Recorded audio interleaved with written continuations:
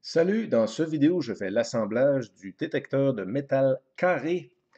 Il a à peu près la même grandeur que le détecteur de métal rond qu'on a fait dans une autre vidéo dans cette série.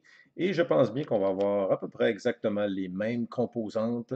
Donc, c'est un projet, disons, intermédiaire. C'est pas lui qui en a le moins de composantes, c'est pas lui qui en a le plus non plus. Et bien sûr, on va avoir un buzzer et une LED qui va nous indiquer la présence de métal. Et ensuite, on va faire des tests à savoir lequel est le plus efficace. On fait l'inventaire des outils. Comme d'habitude, on a deux pinces. On a une pince de précision et on a la pince qui va pouvoir nous couper les pattes, le surplus des pattes décomposantes. Multimètre, j'utilise un Mastec MY68. Tu peux utiliser un autre modèle de multimètre. Il y en a à différents prix, il y en a différents modèles. On a bien sûr l'éponge de cuivre, le fer à souder qui comporte un interrupteur, un sélecteur de température, un indicateur de température. On l'allume tout de suite, on va le placer à 265. Et avant que ce soit trop chaud, j'en profite pour resserrer un petit peu la bague juste ici. Et on va descendre ça, disons, à 265. On va y aller à 270 pour ce vidéo. On devrait faire ça assez rapidement. Alors, pendant que ça clignote, ça réchauffe. Fil d'étain, on peut utiliser du 0.6 ou du 0.8. Au-dessus du 0.8, disons du 0.9 ou du 1 mm, c'est beaucoup trop gros. 0.6, c'est parfait. Plus petit, ça pourrait aller aussi, mais j'en ai jamais utilisé. Et qu'est-ce qu'on a besoin d'autre? L'étain, le fer à souder, les pinces, l'éponge. On va avoir besoin d'une pile 9 volts. C'est la même pile que tu peux utiliser pour différents projets. Si tu ne la laisses pas connecter sur ton module, ta pile va être encore bonne pour l'utiliser sur d'autres projets. Et bien sûr, on a l'éternelle troisième main, la fameuse troisième main. Alors, comment ça marche? C'est qu'on peut mettre notre plaque sur la troisième main et on serre la vis ici. Et ensuite, on met les composantes, puis on retourne la plaque, on soude, vire ça ici, met la composante, retourne soude. C'est une façon de faire. Allons-y pour les pièces. On va peut-être avoir la visite des chats pendant la vidéo. OK, alors je vois que dans ce kit, on remarque qu'il n'y a pas de plan dans ce kit en particulier. On a la battery clip, mais il n'y a pas de plan. Et quand il n'y a pas de plan, il faut savoir lire, bien sûr, les symboles sur le board. Alors là où c'est indiqué speaker, à droite, il y a une zone assurée avec plein de petites lignes. Ça va être le côté négatif. C'est la même chose pour nos capaciteurs, certains capaciteurs. Alors, si on voit ici sur le buzzer, il y a un petit plus en haut. Alors, le petit plus va aller vers le haut, comme ça, sur le board. Je vais laisser l'étiquette dessus. Like this. Est-ce que la caméra va participer aujourd'hui? Like this. Et je le place sur le board. Et ensuite, je vais aller placer mon board entre mes pinces crocodiles. Oups. Et on va s'installer pour faire les premières soudures.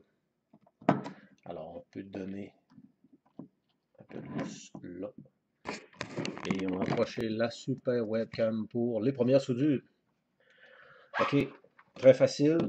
On chauffe le petit anneau et ensuite on apporte le fil d'étain et la chaleur va aller remplir la patte de la composante autour de l'anneau.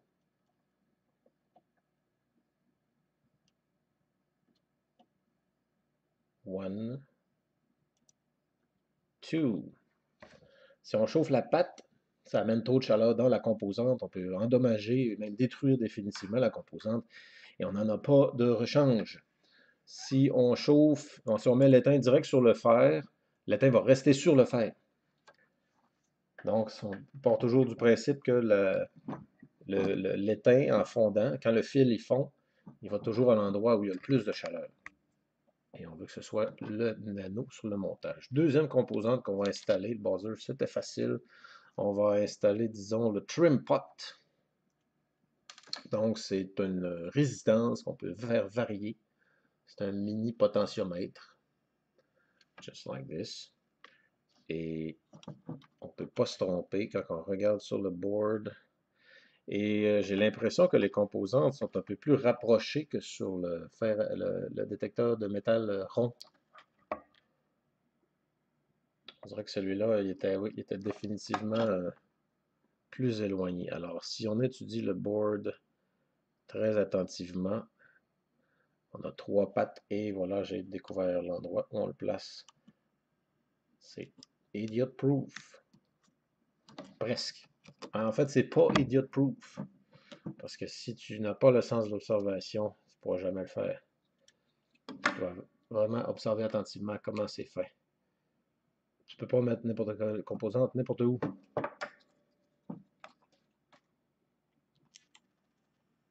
Voilà. Like this. Encore un peu. PG-tu un peu. Ok, ça va pas plus loin. Ça a bien l'air que ça va pas plus loin. Ok. Ok. Say hello to my composant. Say hello to my little friend. La composante ne veut pas aller s'asseoir sur le board. Qu'est-ce que je vais faire? Je plie un petit peu les pattes ou une patte en arrière. On a mieux souder les pattes quand tout est bien droit. On fait super zoom. Avec un peu de chance, le focus de la webcam. Ah, ça c'est la trappe. Ça veut dire qu'il y a un chat qui vient rentrer. Ouais. Il va pas te mettre le nez ici. Et la super loupe. Oh, un chat qui vient de sauter sur la table. Est-ce qu'on va devoir le...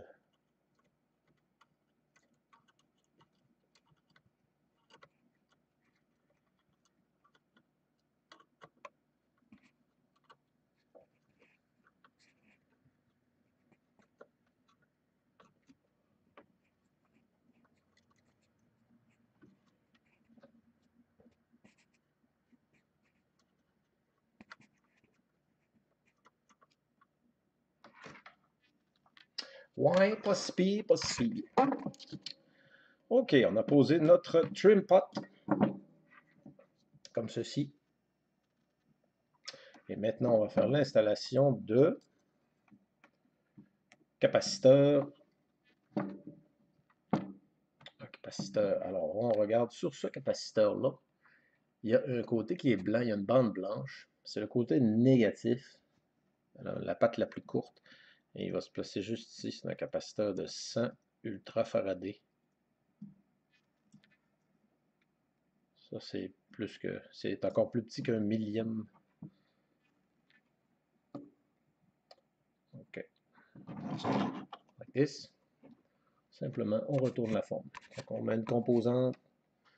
Tu mets ta composante, tourne la forme. La composante tourne la forme. C'est fait pour faire ça. Et j'utilise, ouch, un chat de graphing. Hey, mignon.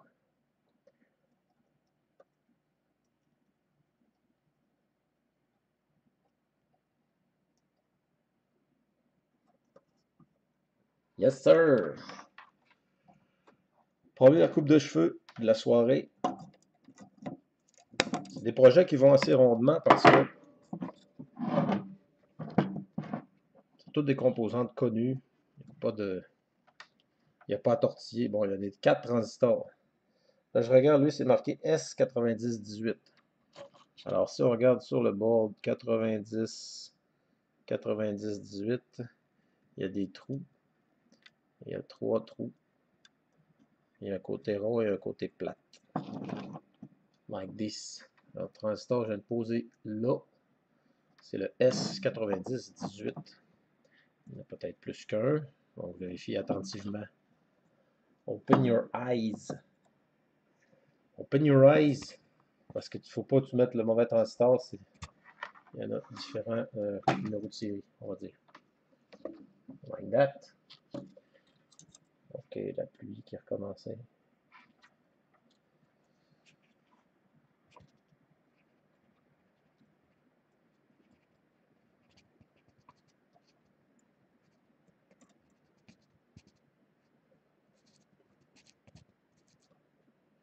Yes, sir. C'est tout.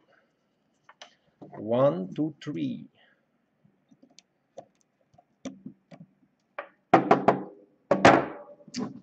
On retourne la pièce. On voit que le transistor 90-18, posé dans cette position. On va continuer avec les transistors. J'en prends un deuxième. Je regarde très proche. C'est un 90-12. On regarde sur le board. Où est-ce que c'est 90-12? Ah, c'est là. Q3. 1, 2, 3. Donc, regarde. Il y a un côté qui est rond. Il y a un côté qui est rond. Il y a un côté qui est plat. Là, par là, c'est la droite. Donc, le côté plat va être à droite. On met le transistor.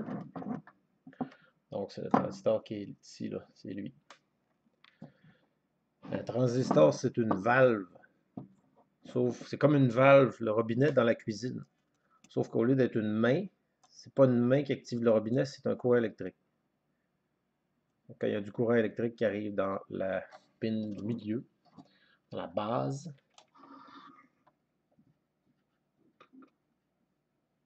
ça permet au courant qui arrive dans l'émetteur de sortir par le collecteur.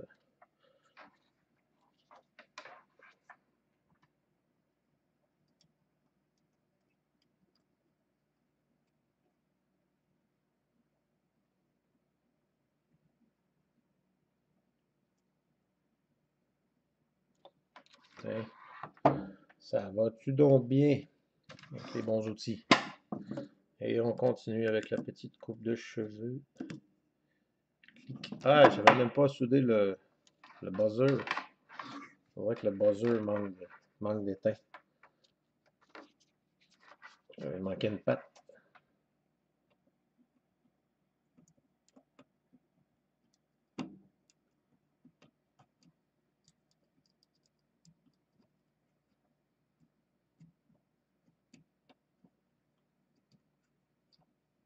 Quand il y a trop une grosse bulle d'étain, ça fait une boulette. Et là, il y a bon rien à faire avec cette boulette-là. Éponge, éponge, éponge. Mets de l'étain neuf. Parfois, il peut y avoir un peu d'étain déjà de placé. Et tu essaies d'en mettre, il ne veut pas. Là, j'ai dû forcer la main. J'en ai envoyé un peu, beaucoup. OK. En général, c'est toutes des petites pattes d'aluminium, les composantes. Et c'est pas supposé être plus difficile souder une patte d'une sorte de composante qu'une autre sorte de composante parce que c'est le même matériau. C'est un petit filament d'aluminium.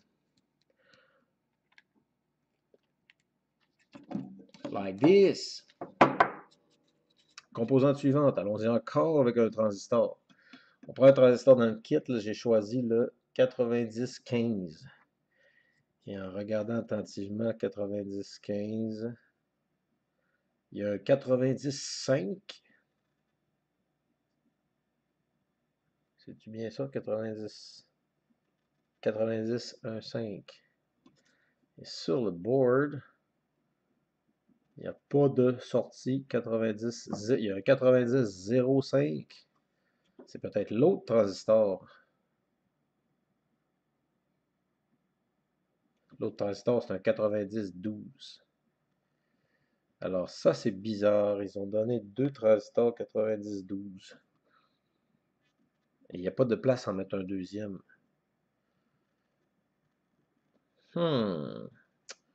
Qu'est-ce qu'on va faire? Ah, il y a une erreur dans le kit. Le kit, ça dit 90-15. Et le transistor qu'on a en main, c'est un 90. Non, c'est pas la bonne chose. Soit qu'il y a une erreur, ils ont marqué 91-05. Ça veut dire qu'il y aurait peut-être une erreur sur le board. Ça dit 91-05 et le transistor dit 90-15. Donc le 1 et le 0 ils se sont trompés. Alors qu'est-ce qu'on peut faire quand ça arrive? Bon, j'ai pas le bon transistor et c'est une pièce très importante. Si t'as pas la résistance, c'est pas trop grave. Tu seras capable d'en trouver une quand même facilement. Les kits sont pas chers, les transistors, c'est autre chose. Alors, pour être juste bien sûr, on va faire appel à ce genre de kit, mais je vois tout de suite que dans mon kit que j'ai ici, j'ai plein de transistors. Et j'ai pas le transistor que je cherche. Le chat est en train de se frotter par la caméra. Descends, descends. Bon, alors je regarde dans mon kit ici, là. J'ai rien du tout. Les transistors en silicone. Absolument nothing. Regardez s'il y en aurait d'autres. Non, j'en ai pas. OK, ben, ce que tu peux faire dans ce temps-là, c'est qu'on va se croiser les doigts et imaginer que c'était une erreur de la part de la personne qui a dessiné le board à l'ordinateur, puis au lieu d'écrire 90-15, elle a écrit 91-05. OK, donc on va donner la chance au coureur. J'ai pas vraiment d'autres solutions. Est-ce qu'il y avait un autre transistor à poser? No. Non. Fait qu'ils ont mis un transistor de trop. Tiens, on va faire des petits capaciteurs en céramique à la place. Hein, Minou? Minou! Bon, on va poser un petit transistor en céramique. Celui-ci, c'est marqué 104. Alors, 104, tu vas pouvoir le poser sur un sens ou sur l'autre. Il va être juste là. 104. OK. C'est une composante qui est non polarisée. Il n'y a pas comme une résistance, donc il n'y a pas de plus, pas de moins. Pour sur un sens ou sur l'autre, c'est good. Et comme je fais toujours, parce que je ne sais pas si c'est ton premier vidéo, j'aime bien rappeler la fonction des composantes. Si ça fait plusieurs vidéos que tu regardes, tu sais qu'est-ce que c'est un capaciteur, tu dois t'en rappeler. Sinon, ben, un capaciteur, c'est un peu comme une pile. Il y a des électrons qui s'accumulent d'un côté, puis ils veulent traverser l'autre côté. Ils se sont fait attirer par l'autre côté. C'est comme une pile. On peut on le charge, ça prend un certain temps de charge. Puis quand ça se connecte au ground, ben, ça prend un certain temps de décharge aussi. C'est un genre de petite mini-pile. Et on s'en sert pour créer un délai dans un circuit. Avec un bon vieux condensateur résistance, c'est quelque chose qui va être utilisé pour faire un délai, pour pas que ça arrive tout de suite. Qu'un événement arrive tout de suite dans un circuit électronique. Brûle-toi pas, là, Minou. OK, on a posé un petit capaciteur. On va aller chercher notre autre capaciteur. Je pense que c'est un 222. Non, c'est un 104 aussi. Alors, regardons le plan. C'est marqué capaciteur 3, capaciteur 2, 222. Alors là, ça commence à pas bien aller, là, parce que 222, ça devait être eux autres. Fait qu'ils m'ont donné des pièces de trop. Ils ont fait une erreur. Fait qu'un 222, ça doit être lui. I guess. Ouais, c'est ça, c'est eux autres. Il y en a deux qu'on va poser comme ceci. Donc, capaciteur 222, ils sont verts. Il y en a deux. Je vais les mettre côte à côte. Like this. Donc, on a nos deux capaciteurs de type 222. Alors, à l'arrière, on replie. Je peux replier juste une patte. Des fois, ça fait juste une. Où est l'autre? OK. Tu peux replier juste une seule des pattes. Like this. Et ensuite, on positionne pour faire une belle soudure. Ça satisfaire les angles de caméra. OK, alors je vais souder la patte que je n'ai pas pliée. Et après ça, je vais déplier l'autre pour que ça soit plus esthétique.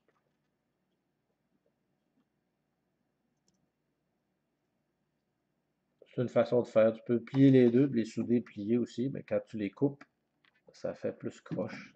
Là, je les déplie. Et allons-y. One. Two. Oui, tu peux acheter des coffrets avec des composantes, disons 20 sortes de transistors différents ou des diodes différentes. Tu peux acheter, tu n'achèteras pas une composante toute seule. Ils t'ont pas envoyé la bonne résistance, ben, tu devrais avoir un kit avec toutes sortes de résistances dedans. Puis ça coûte pas cher.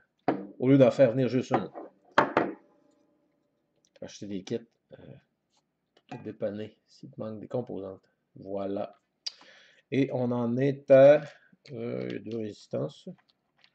On a une 220 et une 2200. On va regarder notre testeur. On place ça sur le mode ohms. Et si tu as un multimètre un peu plus cheap, tu choisis le degré de résistance, tu te mets entre 0 et et 2000, disons. En fait, ça va être plus que ça. Là, c'est 220 000. 220 000. Et sur la plaque, c'est marqué 220K. C'est là que ça va. Juste ici, 220K. 220 000 ohms. Oh, j'ai spoté l'autre place où ça prenait un 104, juste à côté. Alors, on plie une patte. Plie la patte. Pas ta patte, là, à toi. La patte de la composante, bien sûr. On place ça dans notre outil. And let's go, la soudure. D'abord, on fait la patte qui est restée droite.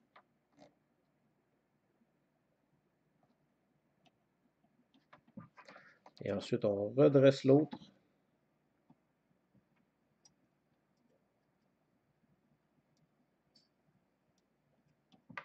And that's it. Composante soudée, on prend nos pinces coupantes. Je pense en acheter plus.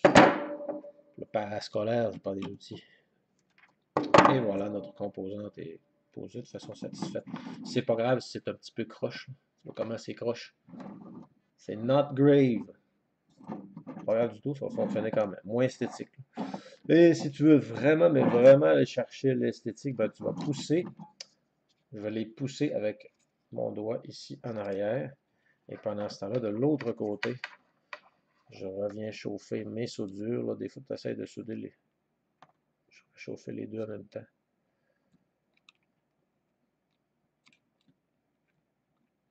Oups. Et non, il ne faut pas les plier, ça va les briser. Pas pousser trop fort. Juste essayer de dessouder celle-là. OK, like that. Un petit peu plus esthétique. On va quand même faire attention à notre composante pour trop lui donner de la misère. Et j'ai un autre mini capaciteur céramique ici, c'est écrit 104. Et on le place juste en bas à gauche, le long du module. Ici, on a un capaciteur céramique avec le numéro 104. Alors en appuyant dessus, tu vois, ça fait comme les pattes s'écartent toutes seules. Et tout ce que j'ai à faire, c'est le placer ici et faire les soudures.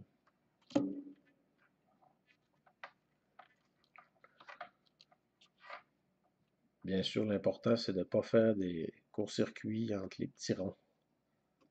La soudure d'un petit rond, il ne faut pas qu'elle touche la soudure dans l'autre petit rond. Et si tu as regardé la vidéo jusqu'à maintenant, ça dépend de l'âge de la personne qui regarde les vidéos, parce que si tu fais partie de mes élèves, tu es soit en 4e, 5e, 6e, parfois des élèves secondaires, j'ai des anciens qui sont au secondaire maintenant. Ça fait quand même 20 ans que je fais ça, là. Et notre autre résistance, ben, c'est supposé être 2.2 000, ça veut dire 2200. On va regarder sur notre multimètre, parce qu'il va faire bip, il va dire, hey, si tu ne sais pas de moi, ferme la batterie. Ferme la switch. Alors, on a 2190, 193. Alors, c'est fini pour le multimètre. Et on va placer cette résistance juste ici, en plein milieu. Et je viens de voir c'est où qu'il va falloir connecter la batterie clip tout à l'heure. 8. Voilà, like this. On place une résistance, on fait les soudures.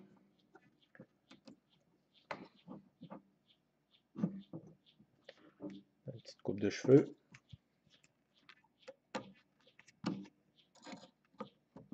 Snip, snip.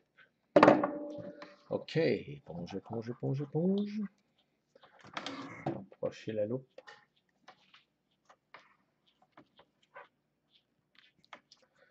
Et on soude.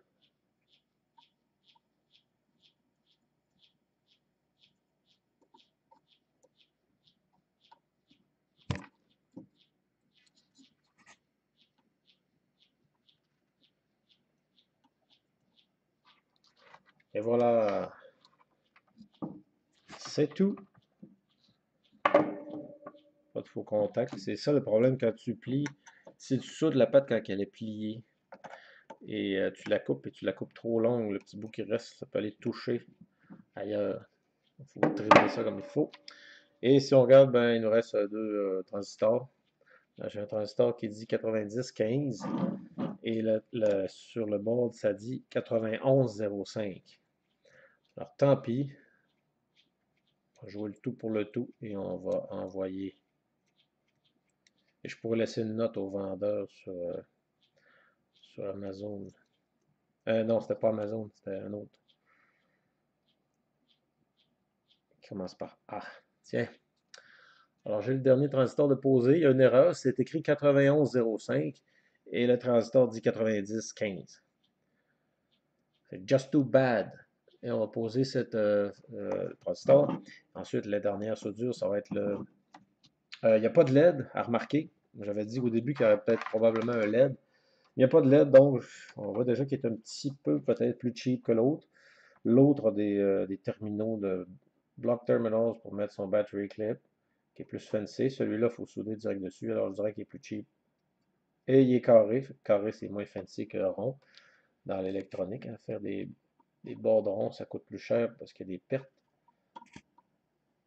Des pertes dans le découpage. Design plus difficile un peu. Mais peut-être qu'il va être plus efficace à suivre. OK, alors on a toutes nos composantes sur le board et on est rendu à 26 minutes. J'avais dit une demi-heure, 40 minutes, mais je trouvais que c'était gros. Je pensais que ça allait prendre une demi-heure, 40 minutes. On est rendu pas mal à ça, on est rendu à 26.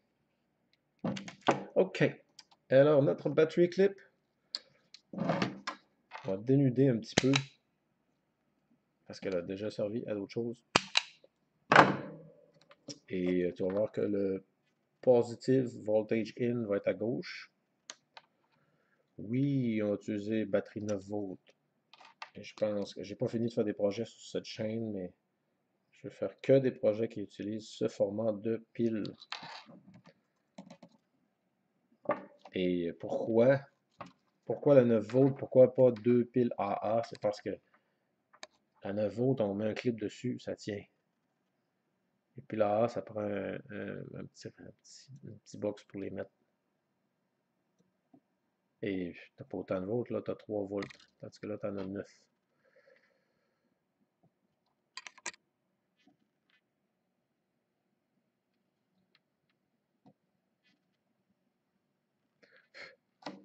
Et voilà, red is done.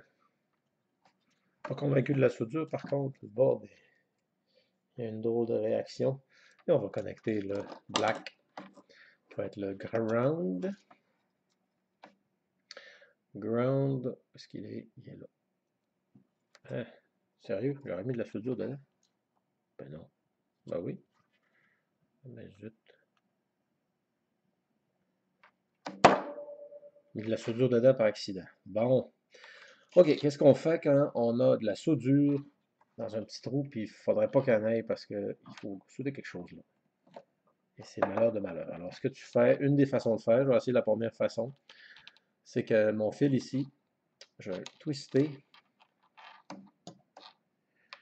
et je vais aller le placer à l'endroit où je veux le faire passer. On va le faire vertical. Vertical. OK. Je vais être d'un côté.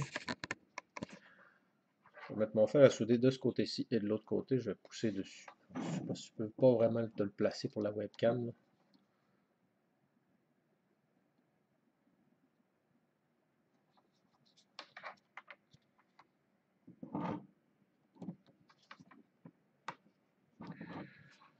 Il se fait pas aimer, hein? Il se fait pas aimer.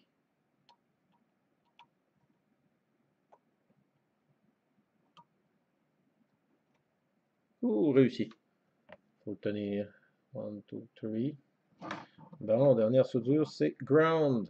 Finally. Et après ça, il va y avoir une petite coupe de cheveux à faire. Et là, je regarde où se trouve mon fil négatif. Oui, il y a de la soudure. Ok, il est resté de la soudure dedans, c'est pour ça. Bon, c'est fait. Alors, on a tout soudé. On a fini. On a terminé. Ou au Québec, comme on dit, on a fini. T'as-tu fini? T'as-tu fini, là? Et Minou, qu'est-ce que t'en penses? Hein, Minou? Non. notre détecteur de métal carré. On peut enlever le sticker sur le buzzer. Et on va se connecter une pile.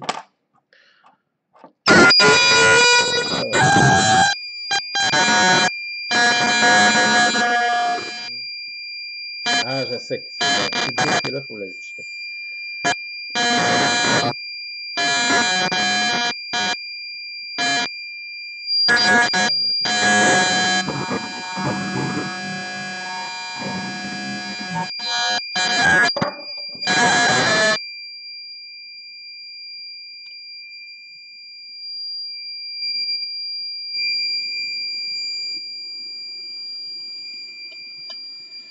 Pas agressant du tout.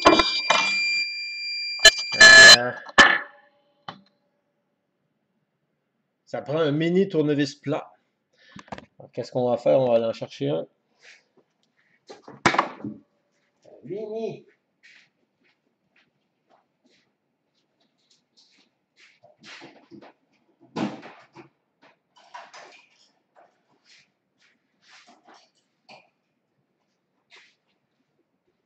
Ça y est, j'ai trouvé.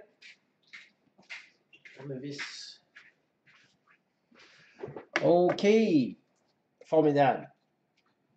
Alors, j'ai trouvé le tournevis plat. Et on va pouvoir ajuster le trim pod. On rebranche le gadget.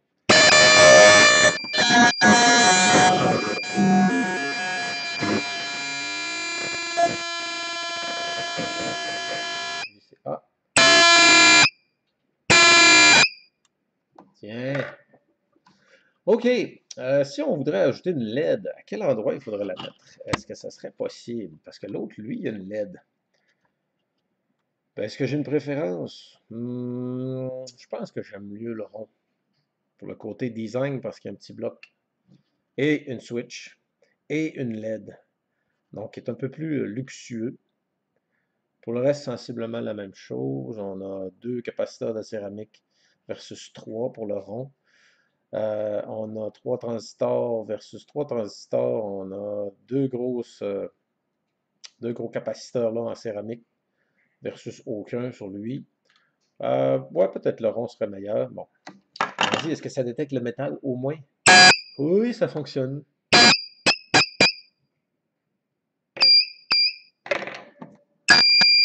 Oh, ça c'est en métal. Ça c'est en métal. Oh, il y a du métal là. Oh, là, il y en a là. Et ça aussi. Un objet en plastique. Ah, rien du tout. Un tournevis. Oh, ça contient du métal. Une souris. Oui, avec à cause des piles, bien sûr.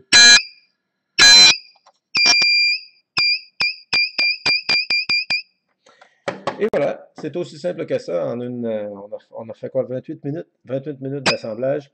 Le détecteur de métal carré. Une autre chose que j'aime sur lui qui est rond, c'est qu'on a un petit rond ici pour pouvoir mettre, mettons, une vis, tu le fixer sur un bâton, te promener avec. Lui qui est carré, peut-être qu'on pourrait faire aussi un genre de boîtier, mais il n'y a pas de trou pour se prendre après. Par contre, on pourrait peut-être coller, ouais, là, il détecte sa propre pile. Donc, on pourrait le coller sur quelque chose et, je sais pas, s'amuser à trouver des objets en métal. Probablement que je vais faire, certainement que je vais faire des activités à mon école avec ce petit projet. Et c'est tout pour aujourd'hui. Et attention, je te donne un scoop. On va changer la caméra de place. Alors. Et pour te remercier de voir la vidéo complète, tu vas avoir une mini vue de ce qui se passe dans l'atelier présentement. Là, il y a un projet qui s'en vient. Le prochain, il va y avoir un projet d'une auto qui suit des lignes. L'auto va être sur une surface, je crois que c'est une surface blanche, et quand il y a une ligne noire, la petite auto va détecter la ligne noire, puis elle va se traîner. Il y a juste 2 roues. Ça veut dire qu'à devant, elle se tient genre sur une vis. Fait que si elle voit qu'elle torse la ligne noire, elle va se déplacer vers la gauche, la droite. Bref, ça, c'est supposé être une mini bagnole qui suit une ligne. On va aussi avoir dans les prochaines vidéos, on va avoir un module d'amplification pour un casque, non, c'est pas pour un casque d'écoute, c'est pour directement un haut-parleur.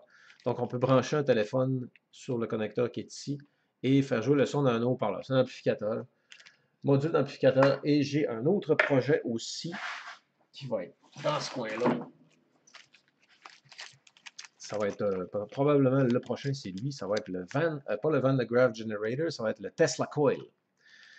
Avant d'arriver à un Boss Project, qui est un émetteur radio et un récepteur radio FM. Ça, c'est un projet qui a 2 kits qui devrait faire probablement une vidéo en 2 parties. Donc, j'ai un amplificateur audio à faire. J'ai la bagnole qui va être après ça. Et on va finir avec l'émetteur et récepteur radio. Mais le prochain projet va être un Tesla Coil. Un Tesla Coil, c'est quand tu vas, disons, dans un cirque ou dans un musée, des fois, là, une foire ou quelque chose, puis il y a comme une grosse boule. Puis là, les gens, ils mettent leurs mains sur la boule, puis la boule, elle lève les cheveux dans les airs. C'est un peu quelque chose dans ce genre-là. C'est qu'on a une bobine, et ça serait supposé faire un étincelle, un arc électrique. Grâce au super gros, ça ressemble à un MOSFET transistor. Là, je vois qu'il y a quelques capaciteurs, il pourra sûrement une switch, bien sûr. Est-ce qu'il y a une puce avec? Je ne vois pas de puce. Il a l'air d'avoir un socket pour lui. Il y a très peu de composantes. Il y a une LED. Il n'y a pas de plan. OK, fait que ça va être notre prochain vidéo. Alors, si tu aimes regarder les vidéos sur la chaîne, la prochaine vidéo, ça va être un Tesla Coil. Et sur ce, je te souhaite une belle fin de journée. Salut!